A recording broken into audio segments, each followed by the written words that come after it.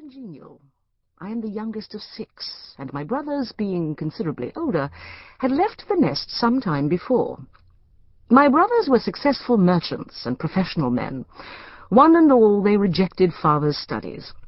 I was left, then, to be the prop of my father's declining years. As I have said, the life suited me. It allowed me to develop my talents for scholarship. But let not the gentle reader suppose that I was ill-equipped for the practical necessities of life. My father was disinclined toward practicalities.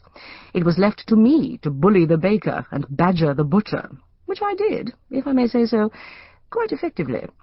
After Mr. Hodgkins the butcher, Pierrot gave me no trouble. My father died eventually, if one may use so precise a word for the process that took place. One might say that he gradually shriveled up and ran down. The rumour, put about by a pert housemaid, that he had actually been dead for 2 days before anyone noticed, is a complete exaggeration. I must admit, however, that he might have passed away at any point during the 5 hours I spent with him in his study on that particular afternoon.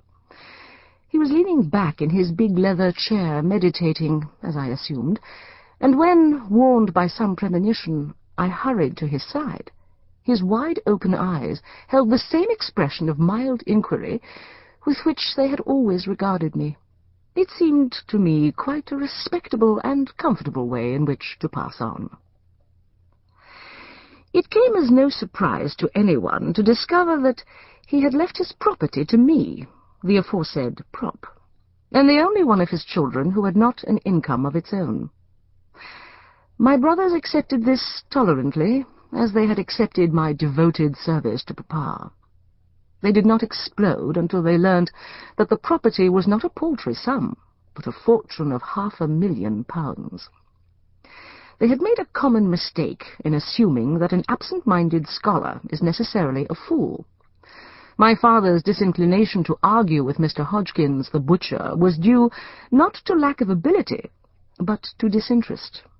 He was very much interested in investments, change, and those other mysterious matters that produce wealth. He had conducted his business affairs with the same reticence that marked his habits in general, and he died, to the surprise of all, a wealthy man.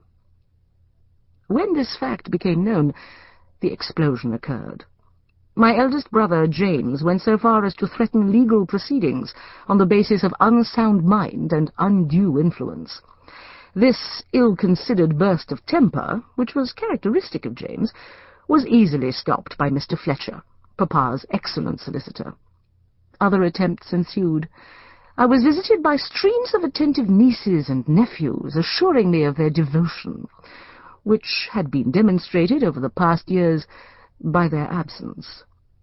Sisters-in-law invited me in the most affectionate phrases to share their homes. I was warned in the strongest terms against fortune-hunters. The warnings were not unselfish. They were, however, unnecessary.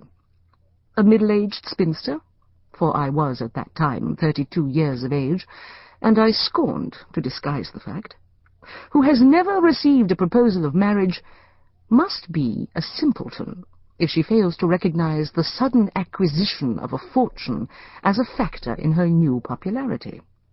I was not a simpleton. I had always known myself to be plain. The transparent attempts of my kin and of various unemployed gentlemen to win my regard aroused in me a grim amusement. I did not put them off. Quite the contrary. I encouraged them to visit, and laughed up my sleeve at their clumsy efforts. Then it occurred to me that I was enjoying them too much. I was becoming cynical, and it was this character development that made me decide to leave England. Not, as some malicious persons have intimated, a fear of being overborne. I had always wanted to travel. Now I decided I would see all the places Father had studied, the glory that was Greece and the grandeur that was Rome, Babylon and 100-gated Thebes. Once I had made this decision, it did not take me long to prepare for the journey. I made my arrangements with Mr. Fletcher, and received from him a proposal of marriage, which I refused with the same good humour that had characterized the offer. At least he was honest.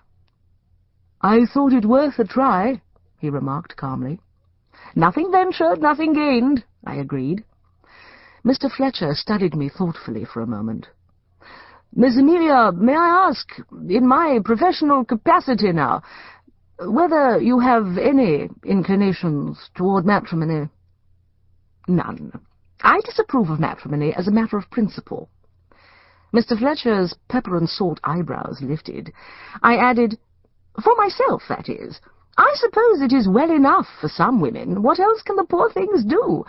But why should any independent, intelligent female choose to subject herself to the whims and tyrannies of a husband? I assure you I have yet to meet a man as sensible as myself." "I can well believe that," said Mr. Fletcher. He hesitated for a moment. I fancied I could see him struggle with the desire to make an unprofessional statement. He lost the struggle. "Why do you wear such frightful clothes?" he burst out. "If it is to discourage suitors—" "Really, Mr. Fletcher!" I exclaimed. "I beg your pardon," said the lawyer, wiping his brow. "I cannot think what came over me." "Nor can I. As for my clothes, they suit the life I lead. The current fashions are impractical for an active person. Skirts so tight one must toddle like an infant. Bodices boned so firmly it is impossible to draw a deep breath. And bustles! Of all the idiotic contrivances foisted upon helpless womankind, the bustle is certainly the worst. I wear them since it is impossible to have a gown made without them, but at least I can insist on sensible dark fabrics and a minimum of ornament. What a fool I should look in puffs and frills and crimson satin, or a gown trimmed with dead birds like one I saw."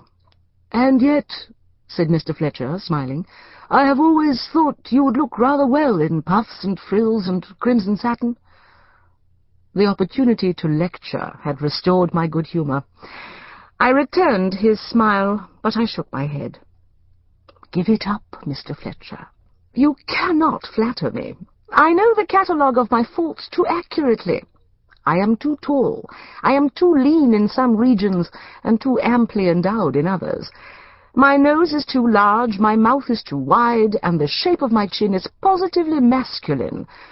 Sallow complexions and jetty black hair are not in fashion this season, and I have been informed that eyes of so deep a grey, set under such forbidding black brows, strike terror into the beholder, even when they are beaming with benevolence, which my eyes seldom do.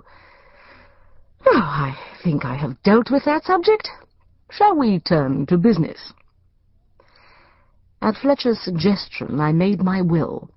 I had no intention of dying for a good many years, but I realized the hazards of travel in such unhealthy regions as I proposed to visit. I left my entire fortune to the British Museum, where Papa had spent so many happy hours. I felt rather sentimental about it. Papa might just as well have passed on in the reading-room, and it would possibly have taken the attendants more than 2 days to realize he was no longer breathing. My last act before departing was to engage a companion. I did not do this for the sake of propriety. Oppressed as my sex is in this supposedly enlightened decade of 1880, a woman of my age and station in life can travel abroad alone without offending any but the overly prudish. I engaged a companion because, in short, because I was lonely.